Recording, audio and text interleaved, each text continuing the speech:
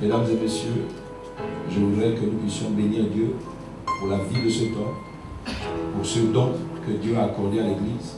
Aidez-moi à recevoir sur cette estrade le prophète Xavier Richard.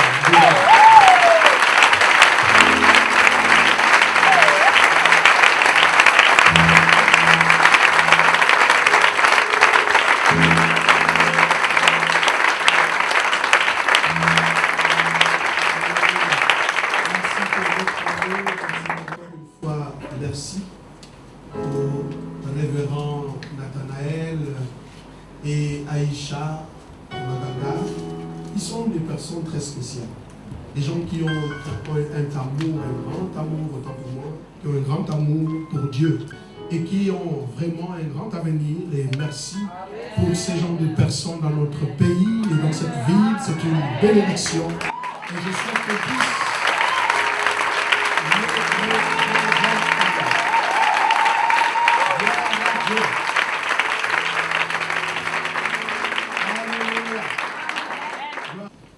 Alors, le texte de base dans Genèse chapitre 1, verset 26, dit ceci: faisons l'homme, puis Dieu dit. Ça veut dire que quand la Bible dit, puis Dieu dit, vous devrez donc considérer qu'il y a des événements qui précèdent. Ouais. Alléluia.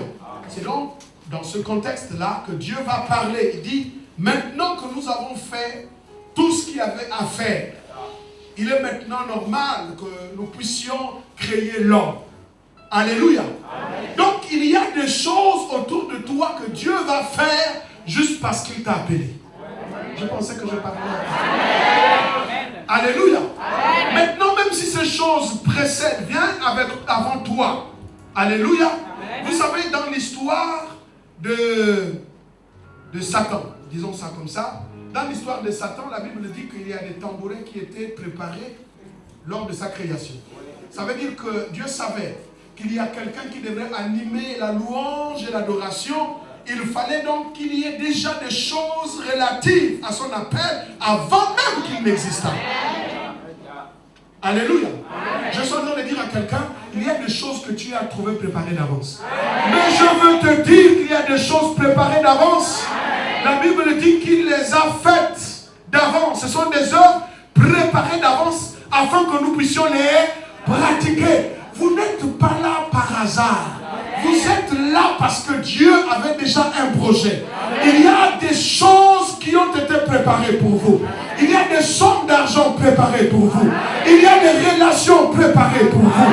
Il y a des maisons préparées pour vous. Il y a un succès préparé d'avance pour vous. Maintenant que vous avez été créé, vous avez été amené sur la terre pour manifester la volonté de Dieu, ces choses vont faire leur apparition. Je suis en train de parler à quelqu'un qui fait l'objet de l'affection de Dieu. Dieu t'aime et il a fait déjà toutes ces choses avant que tu ne viennes. Parfois, vous souffrez là où Dieu a déjà réglé un problème. La Bible dit, faisons l'homme à notre image, selon notre ressemblance, et qu'il domine sur les poissons de la mer, sur les oiseaux du ciel, sur le bétail, sur toute la terre et sur tous les reptiles qui rampent sur la terre. Le mot qu'il domine, je reviendrai là-dessus, ce mot-là introduit ici la royauté. Ça veut dire que l'homme que Dieu a créé était exactement un roi sur la terre. Alléluia. Amen. Est-ce que je parle aux gens un jour? Est-ce que vous me comprenez bien? Amen. Voilà. Hier, l'homme de Dieu nous a dit Dieu se parlait. Et c'est clair. Faisons l'homme. Ici, Dieu se parlait. Mais la question, pourquoi le verbe faire est au pluriel? Est-ce que vous comprenez un peu? Il y a donc ici une pensée théologique qui croit que Dieu s'adressait à lui, mais en même temps, il s'adressait aussi à l'assistance qui était là. Donc aux anges, ainsi de suite. Moi, je pense que ce n'est peut-être pas faux. Ok? Alors, suis-moi très bien. Je pense aussi que ceux qui croient que ici, quand on dit faisons l'homme, alors conclut qu'il s'agit du Dieu pluriel. Dans la souveraineté de Dieu, Dieu se manifeste, Elohim, comme étant un Dieu pluraliste. Donc Dieu pluriel. Mais Dieu pluriel ne veut pas dire ici qu'il y a plusieurs dieux. Non, ce n'est pas ce que je suis en train de vous dire. Alléluia. Amen. Et vous allez voir ici beaucoup de portions de textes dans la Bible. Par exemple, dans Ésaïe, Dieu dit qui marchera pour nous et qui parlera pour nous. Le nous mis pour qui? Est-ce qu'on est ensemble? Amen. Alléluia. Amen. Alors, ceux qui pensent que Dieu se manifeste comme un Dieu pluriel, en introduisant la Trinité, je ne voudrais pas ici les condamner. Ok?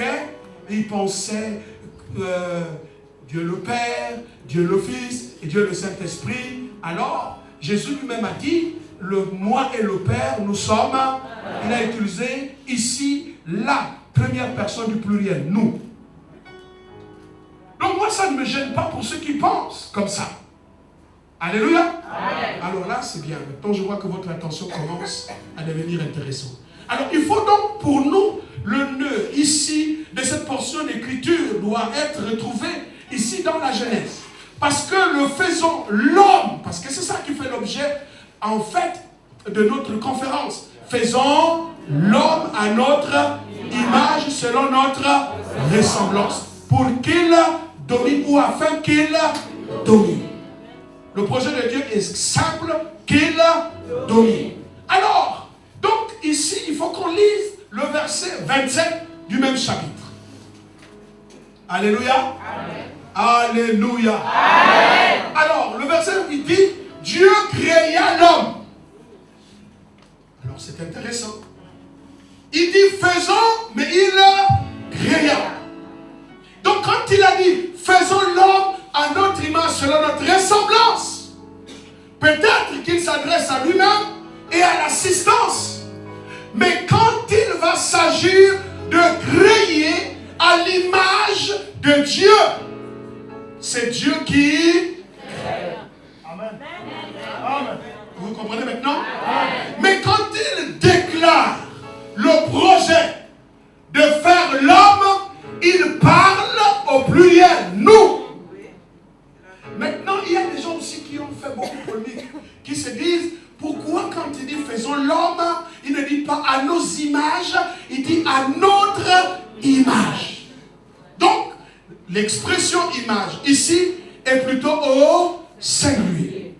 Est-ce que c'est le genre littéraire vétérotestamentaire? Je n'en sais rien.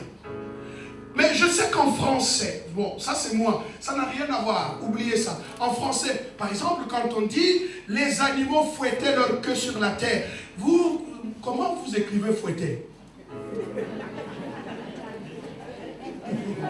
Je ne veux pas t'interroger. Hein? Je savais que toute la salle, moi je crois ici à la règle d'exception. C'est-à-dire toute la salle peut être dans une faute. Je n'ai pas dit la bêtise. Dans une faute. Oui, mais comment vous écrivez fouetter avec A-U-E-N-T? Il faut que vous me démontrez que votre français est correct. Pardon? Le sujet est pluriel, je suis d'accord. Mais chaque animal a sa queue. C'est une règle simple.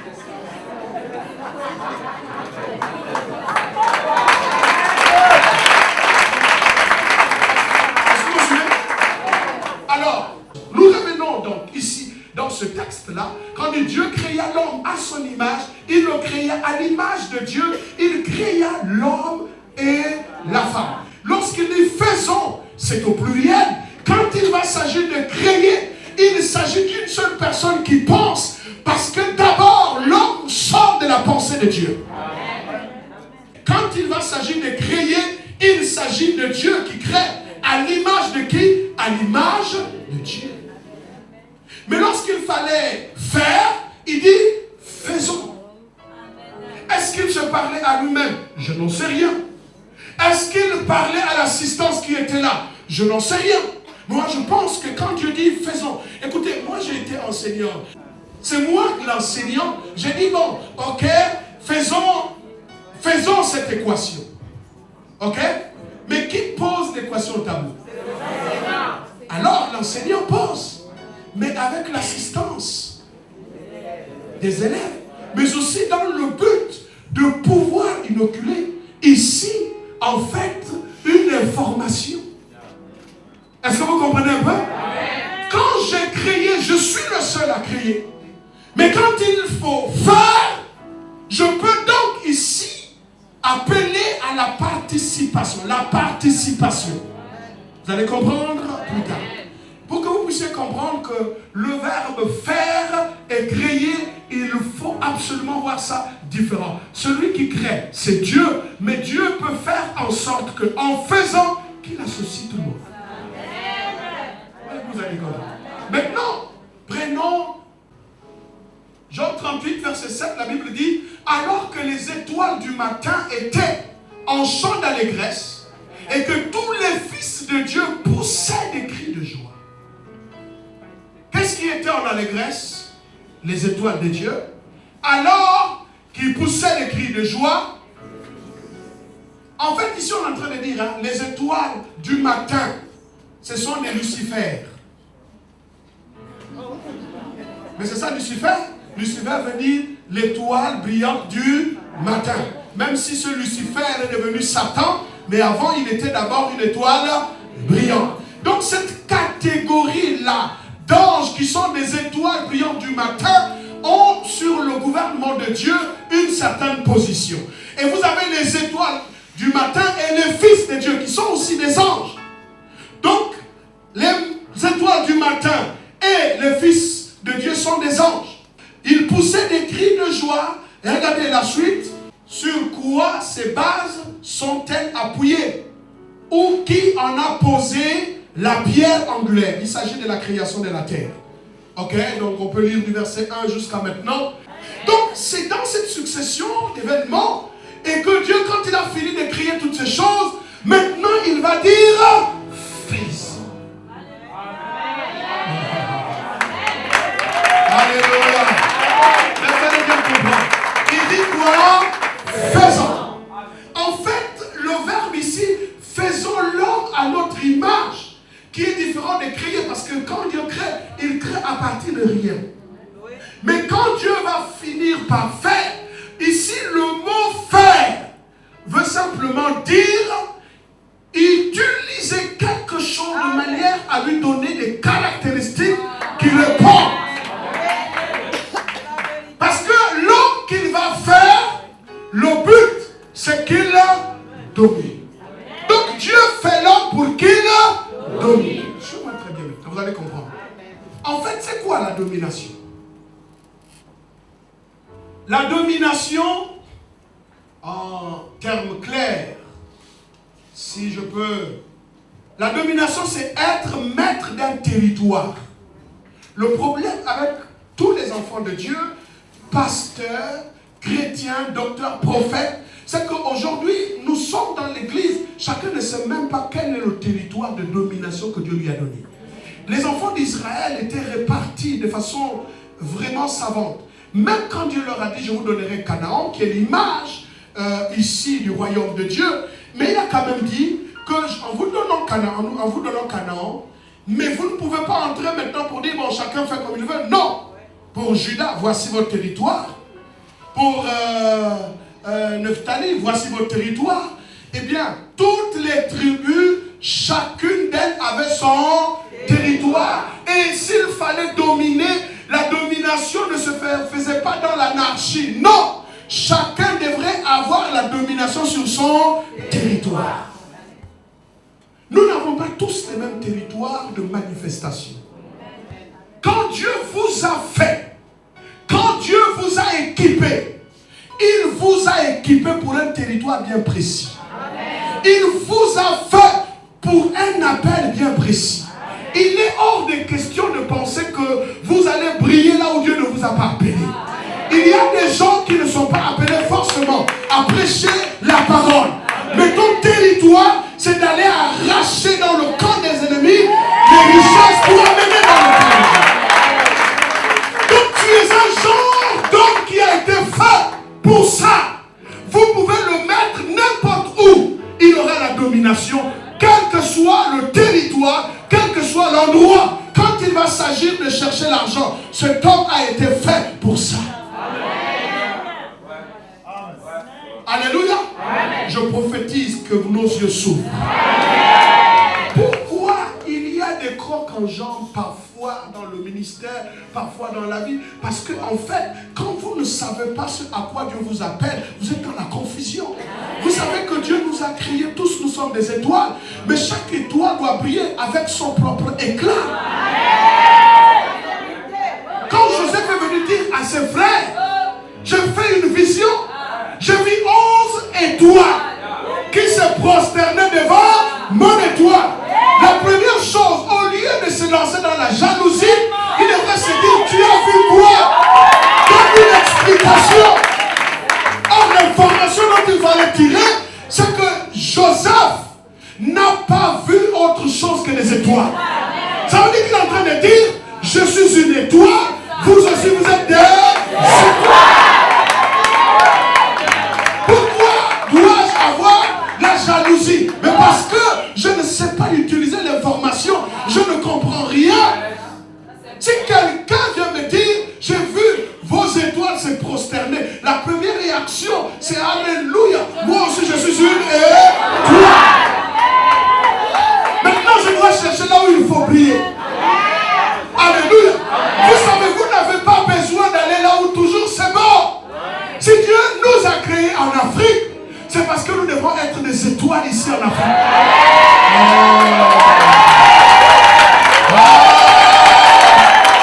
Je sens Alléluia. Jésus est né quelque part, mais son étoile va briller ailleurs. Pourquoi l'étoile va briller loin? Africain, écoutez-moi bien. Alléluia. Si Jésus, son étoile avait commencé à briller sur le palais, parce que la Bible dit que le roi des Juifs vient de naître. Et parce qu'il vient de naître, nous avons vu son étoile. La raison pour laquelle l'étoile est allée briller loin, parce que celui qui était dans le palais ne pouvait pas accepter que l'étoile brille dans le palais. Il y a des gens qui n'aiment pas que les autres étoiles brillent autour d'eux. Parce que dès que c'est comme ça, c'est la mort. Dès que toi aussi tu commences à briller de ton éclat, tu as créé un problème. Mais la preuve c'est que quand on lui a dit, nous avons vu son étoile, l'homme a piqué une colère sur un enfant qui était encore bébé. Il pouvait encore régner pendant 33 ans. Il avait encore le temps de régner 30 ans. Mais il l'a. Mais je comprends pas. Tu vas tuer un enfant, un bébé, sans force. Il n'a encore même pas de force. Dans la sagesse de Dieu, il a dit non. Écoutez, quand ces gens-là sont entrés dans le palais d'Hérode, l'étoile a disparu. Il y a des endroits où ton étoile ne pourra pas briller. Il faut que tu saches quel est ton territoire. Quand ils sont allés le chercher, ils ont dit non. Le genre d'étoile là, c'est l'étoile des rois. Donc un roi ne peut être qu'au palais. Mais la sagesse divine a dit, depuis le temps de Jésus, les rois ne naissent plus dans les palais, les rois naissent hors des palais. Je suis venu dire votre histoire. Vois parmi, quand tu naisses, loin de la richesse, loin de la bonne famille, tu es partout. Est-ce que je peux l'entendre? Tu sais que si Jésus allait naître, il ne fera plus cette erreur. Moïse est né dans le palais, il a fini par fuir. Alléluia. Donc Dieu, pour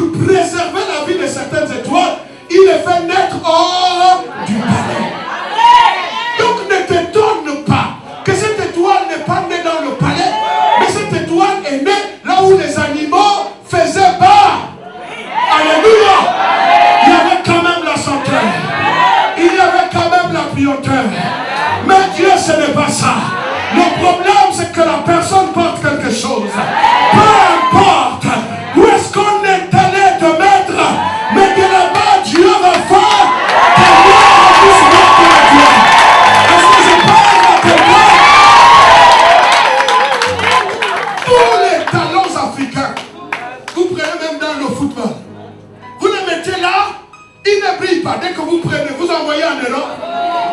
Oh, il est devenu là-bas Messi. Il est devenu là-bas Eto. Mais dans son propre pays, il n'a pas pu briller.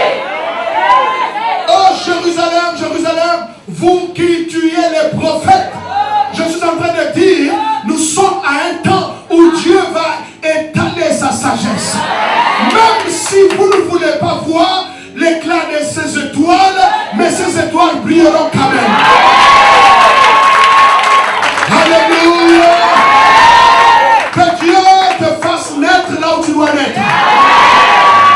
Les gens qui disent, mais pourquoi j'ai cette famille? Vous savez, hein, que si tu étais plutôt dans le palais, il y a longtemps que la franc-maçonnerie devrait t'amener. Donc par la sagesse, il t'a fait naître là-bas, et tu vas naître là-bas, et puis au temps fixé par Dieu, il va faire en sorte que ton étoile brille, pas n'importe où, mais là où les gens peuvent prendre leur trésor, et prendre ces trésors, les déplacer pour l'adoration de l'étoile. Nous sommes à un temps où en Afrique, nous allons voir le déplacement des trésors, ça et là, parce qu'il y aura l'émergence des étoiles. Et si quelqu'un entend cette parole, et dit avec plus fort.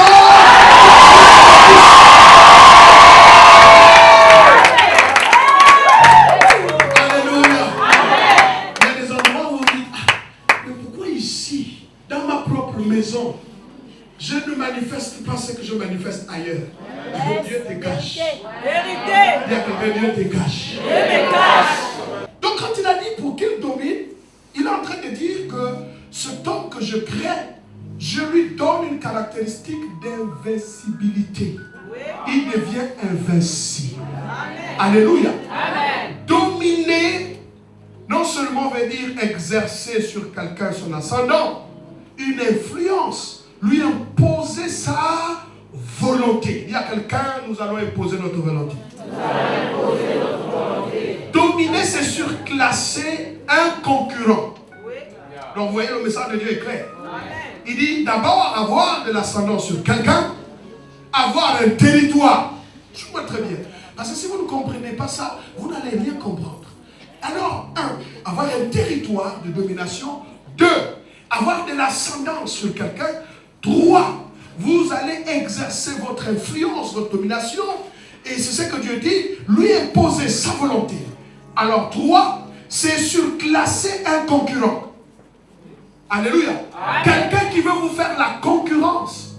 Je proclame ce soir que sur ton territoire, tous les concurrents se rendront compte que tu es un bâtard. Alléluia. Alléluia. Voici le nouvel homme que Dieu, en tout cas, met en fait sur pied. Il dit, faisons l'homme. Maintenant, on continue à définir. Il dit, surclasser un concurrent, un adversaire. Lui être supérieur, surpasser, maîtriser un sentiment. Ça aussi la domination. Malgré la présence du péché, alors quand le péché s'est tourné vers Caïn, Dieu lui a dit, domine sur lui. Ça veut dire qu'il croyait encore qu'il y avait quelque chose de substantiel en lui. C'est-à-dire la domination, même sur les sentiments. Quand tu es fait par Dieu, il y a des sentiments que tu arrives, que tu parviens à dominer. Alléluia. Donc, dominer sur un sentiment. Aussi, maîtriser un sentiment, supplanter quelque chose. Être dans une position plus élevée. Avoir plus de force et de densité que le reste. Voici les enfants de Dieu qu'il veut pour cette saison où nous allons voir l'émergence de toutes les choses négatives comme positives. Il faut un esprit. Vous devrez savoir que quand Dieu vous crée, selon son image, selon sa ressemblance, Dieu veut compter sur vous. Il veut faire en sorte que quand on vous voit, quand on te voit, on le voit lui. Quand on rentre dans l'église, il faut qu'il y ait un niveau d'excellence. Il faut que les gens qui sont dans l'église, quand ils finissent, au bout de quelques instants, ils doivent se retrouver. On doit sentir qu'il y a une évolution dans la vie de quelqu'un. Il doit savoir dans quel domaine Dieu l'appelle. Alléluia. Je ne suis pas sûr que même dans ce siècle actuel, que les païens, les francs-maçons, les sorciers sont meilleurs que nous. Non. Simplement parce que nous n'avons pas compris quelque chose. Maintenant, je vous dis, quand Dieu a dit faisons, qu'est-ce qu'il voulait dire? Il dit, moi je crains, mais je vous associe quand il faut faire l'homme. Écoutez, même quand ceci était dans la perfection, l'homme n'était pas encore perfectible. En fait, l'homme est perfectible, ça veut dire que l'homme n'était pas encore dans la perfection. L'homme était une sémence appelée à se développer. Tout était à l'intérieur, mais rien n'était encore manifeste. Est-ce que vous me suivez l'instant? Donc quand Dieu a créé, il dit créons l'homme. Et plutôt faisons l'homme. Quand il crée l'homme, tout ce que Dieu a créé, écoutez-moi bien, n'existait pas encore. Genèse chapitre 2, versets 5, 6 à 7. Genèse chapitre 2, versets 5, 6 à 7. Alléluia. Amen. Le problème de l'homme actuel, il est à quel niveau de sa ressemblance avec Dieu? Alléluia. Quand on voit l'image de quelqu'un, est-ce que, vous savez, quand moi je viens devant un miroir, je vois mon image. Je suis content quand c'est bien. Vous imaginez, est-ce que vous êtes content quand vous regardez que votre image n'est pas belle? Non. Ça veut dire que si nous sommes l'image de Dieu, Dieu doit être content quand il nous regarde. Est-ce que Dieu se retrouve en nous ou dans sa parole quand il nous regarde aujourd'hui? Alléluia. Amen. Vous savez, c'est la première chose, c'est il faut reformer la mentalité. D'abord la mentalité chrétienne en tant qu'enfant de Dieu. Un de mes collaborateurs, il estime que au niveau de, comment est-ce qu'on appelle, de son quartier, c'est possible parce qu'il y a une personnalité qui y habite. Et donc, ils font, comment dirais-je, ils font un cercle pour aller voir le maire, pour demander au maire, est-ce qu'il est possible, avec la contribution des gens du quartier, de faire la route chez eux, parce que c'est un nouveau quartier. Il n'y a pas de problème. Donc, le voisin, son voisin, c'est un blanc. Ils arrivent, donc, ils sont à la cour, dans la cour du maire, le maire n'est pas encore là, et puis, voilà, c'est la sentinelle. Donc le watch qui les reçoit. Quand le watch les reçoit, il dit, venez ici. Il dit maintenant aux frères, puisque les deux sont les voisins dans le quartier, donc ils font une démarche vers le maire pour que le maire puisse faire leur route. Alors le blanc était aussi simplement habillé, il avait sa chemise et puis son pantalon jean. Mais mon collaborateur, le frère, il était en veste, en cravate, ils arrivent. Et quand le watch les regarde, il dit, monsieur, vous êtes le travailleur de... Comment une mentalité préparée à toujours voir le blanc comme étant le supérieur? Il s'est fâché, il dit, mais pourquoi tu penses que je peux être le travailleur de ce milieu? Je suis cadre dans une compagnie pétrolière. J'ai étudié, je suis en costume, malgré mon costume. Tu vois toujours que je suis... Mais vous savez que beaucoup de chrétiens sont comme ça. Amen. Alléluia. Amen. Malheureusement, beaucoup de chrétiens, pourquoi est-ce que les choses ne changent pas? Vous ne pouvez rien changer de l'extérieur si votre monde intérieur n'a pas encore changé. Quand Dieu dit faisons l'homme, alléluia. Genèse chapitre 2, verset 5, la Bible dit, alors, le verset 4, à partir du verset 4 peut-être. La Bible dit, voici les origines des cieux et de la terre, quand ils furent créés, lorsque l'Éternel Dieu fit une terre des cieux et des cieux.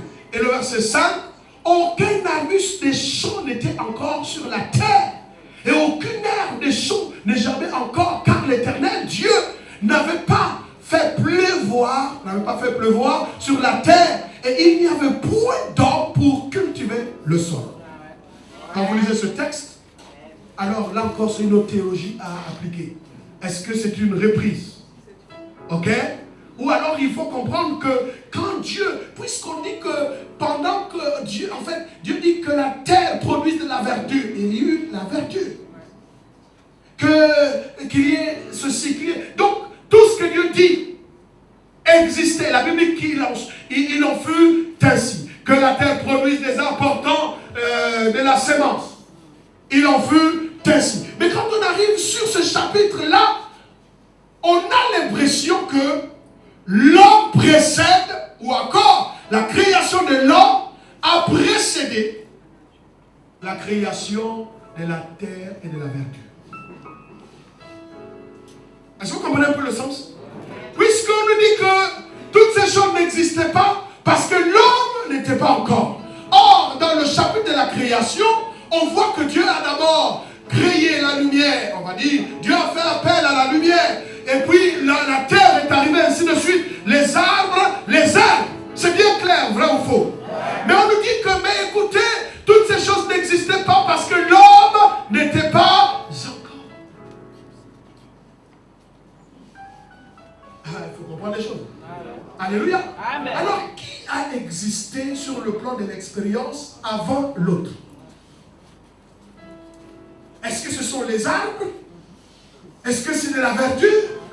Mais je pense que dans l'ordre, l'homme est venu comment dirais-je, la création de l'homme, on fait mention de la création de l'homme, c'est au verset 26, 27 et 28. Ok? Et quand vous lisez bien, il y a déjà les arbustes qui sont déjà là. Hein? Les arbres portant leurs semences et de la verdure, toutes ces choses existaient, vrai ou faux? Mais maintenant on nous dit, non, ça n'existait pas encore. Parce que l'homme n'était pas encore. Et c'est en ce moment-là, au verset 6, la Bible dit, l'Éternel met une vapeur s'éleva de la terre et arrosa toute la surface du sol. Le verset 7, et l'Éternel Dieu forma l'homme de la poussière de la terre. Il souffla dans ses narines un souffle de vie et l'homme devint un être vivant. Alors, je dois peut-être essayer d'expliquer.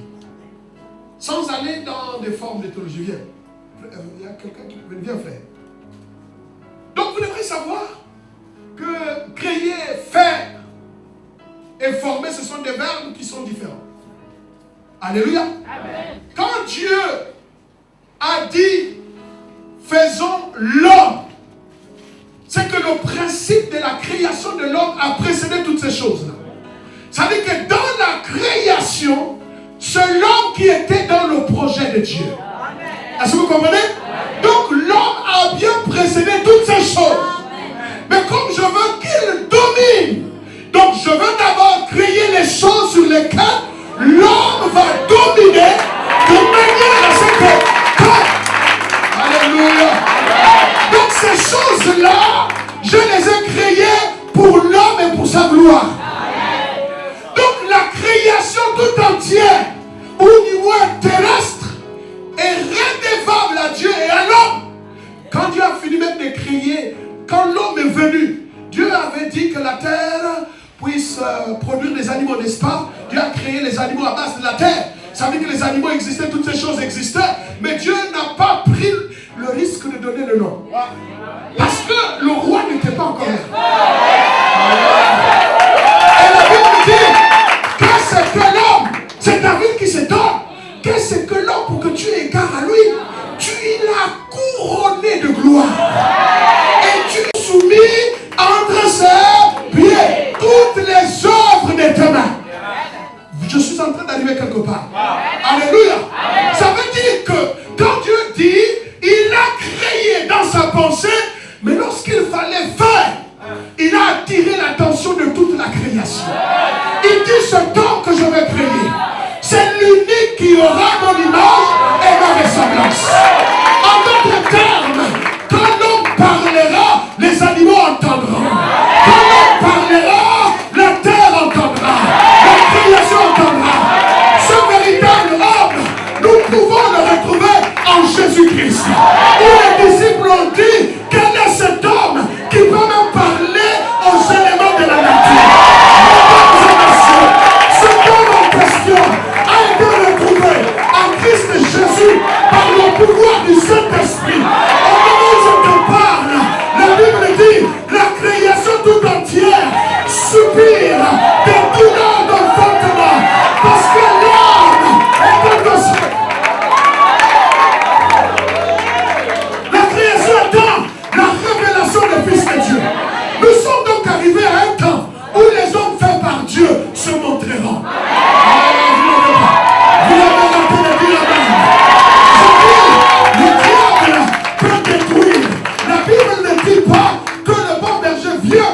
voleur, mais le voleur précède le bon berger. Mais ce qui est bien, c'est que quand le diable a fini de voler, quand il a fini de détruire, même quand il a égorgé, le bon berger vient. Ta vie n'est pas encore finie. Je dis à quelqu'un, il y a un pouvoir ce soir qui doit tout refaire autour de toi. Alléluia.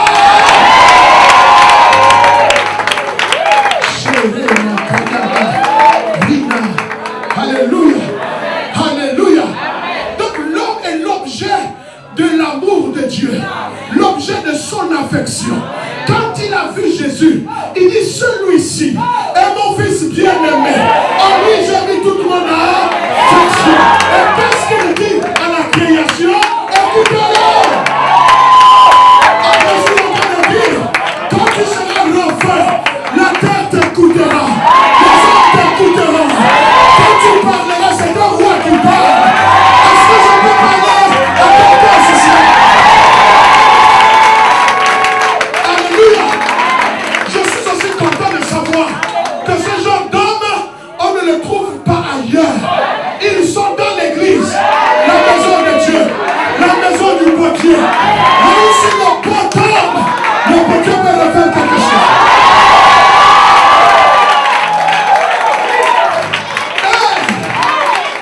Alléluia. Quand Jésus a regardé, il dit, vous ne savez pas quel genre d'homme vous êtes. Il dit, n'ayez pas peur de celui qui peut détruire seulement le corps. Parce qu'ils peuvent détruire seulement le corps. Ça veut dire qu'ils n'ont pas le pouvoir sur ton âme. Est-ce que vous comprenez pas? Cette déclaration est dangereuse. Parce que si ton âme est encore là, il y a de l'espoir. La vie est dans l'âme. L'âme, c'est la vie. Paul prêche, un homme tombe de là-haut, il se fractionne, il se brise le cou. Pierre continue de prêcher. Parce qu'il dit que le diable n'a jamais eu le dernier mot sur la vie. Quand il redescend, il regarde l'homme. Il dit son âme est encore. Et il y a un ange du Seigneur qui circule. Et l'esprit est en train de me dire, oh l'homme avance encore à l'intérieur d'eux. C'est qu'il y a encore de l'espoir. C'est que le diable avait compté détruire. Dieu va ressusciter. Quand il a dit faisons. Alléluia. Alléluia. Écoutez, asseyez-moi un instant. C'est que je suis en train de vous dire, quand Dieu a dit faisons l'homme, il pensait à un genre d'homme dont l'objectif principal, mon apôtre, c'est qu'il domine. Ça veut dire que tout ce qui peut arriver dans ta vie est arrivé pour que tu manifestes ta domination. Je ne sais pas où est-ce que je suis ce soir. Alléluia. Parce que si cette maladie est arrivée, elle n'est pas une maladie pour la mort, mais c'est pour que Dieu te donne le pouvoir d'exercer.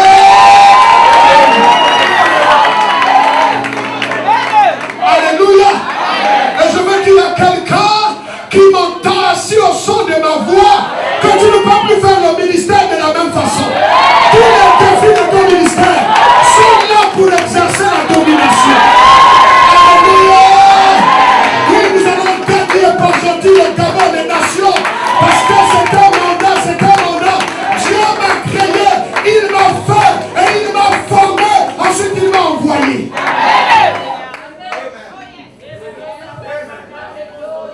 Écoutez, la Bible dit ceci. Satan s'éleva contre Israël et il excita David à faire le dénombrement.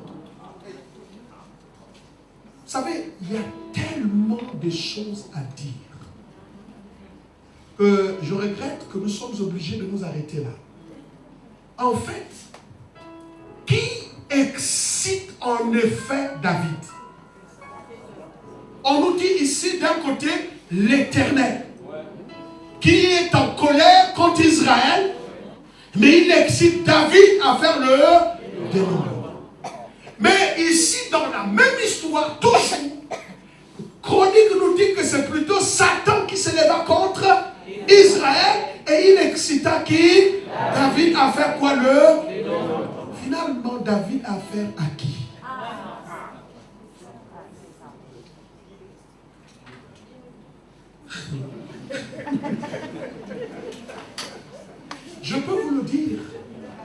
que Satan n'est pas l'opposant de Dieu.